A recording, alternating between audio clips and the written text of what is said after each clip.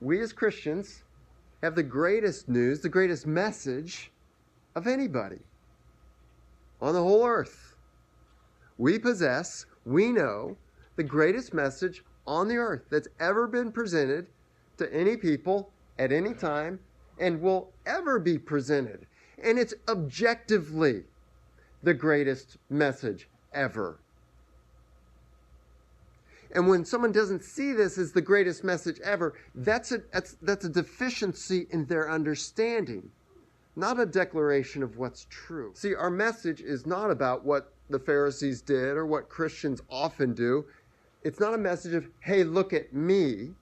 Look at how I live. Look at how great I am. Our message is a message of, I'm kind of a messed up person, but look how great my Savior is. Look how great my King is. Look how tender and merciful the compassion of the God who created all things is to anyone who come to him. Our message is not about ourselves, and that's why we can proclaim the gospel even when we're not doing well, either just emotionally or socially or we've been in sin. We can still proclaim the gospel because the gospel is not a message about how we're good. That's good news. The gospel is a message about how good he is. How good God, the God who revealed himself in Jesus, the God who is Jesus, how good he is.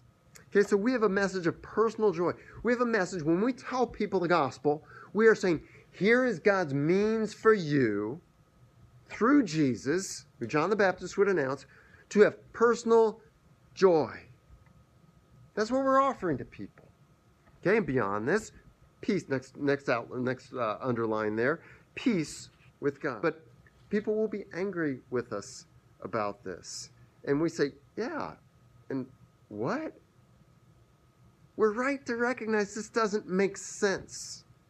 So D, we say yes, and this is what Luke is driving at.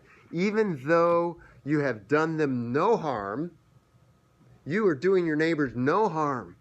And when you proclaim Jesus and say, Jesus is God and he forgives sins, you're doing no harm to them. You're offering them God himself and being his child. You're offering them personal joy in their life.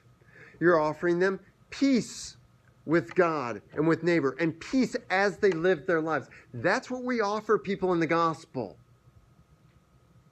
We're not doing them harm. We're not telling them to hate people. We're not telling them to divorce their wives or treat their kids cruelly.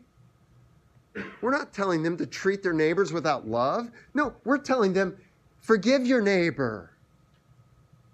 We're telling them, treat others the way you would want to be treated. The message of Jesus, if everybody followed the ethic of Jesus, treat others the way you want to be treated, there would be no wars. And the world will not recognize this. The solution is Jesus. And he made it that simple. Love God, not love money.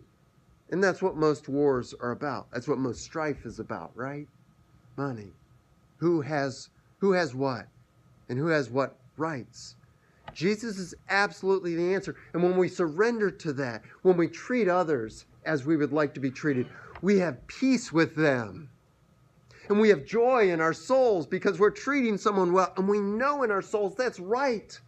That's the way I'm supposed to live. And we have peace with God because he's forgiven us because of Jesus.